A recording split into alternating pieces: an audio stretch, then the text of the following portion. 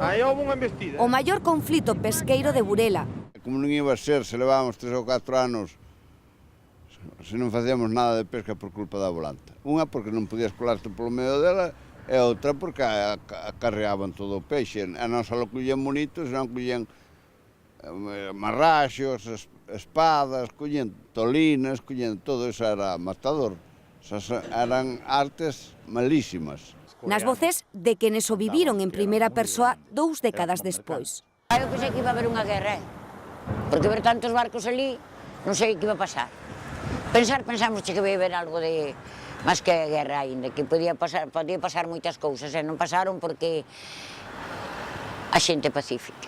Escamas de sangue é o documental sobre a Guerra do Bonito da década dos 90, co que estes 2 burelenses, Adrián e Breixo, titulados da Escola de Maxesón, optan os Mestre Mateo.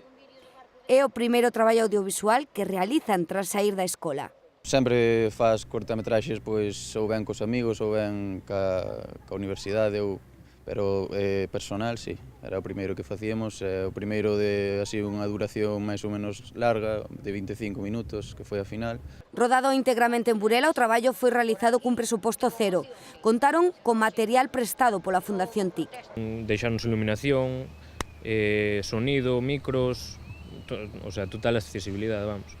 Que falas con outras persoas, a mellor que estudiaron en outras escuelas, en outros ambientes, que che dicen que ao mellor non teñen esa accesibilidade, vamos.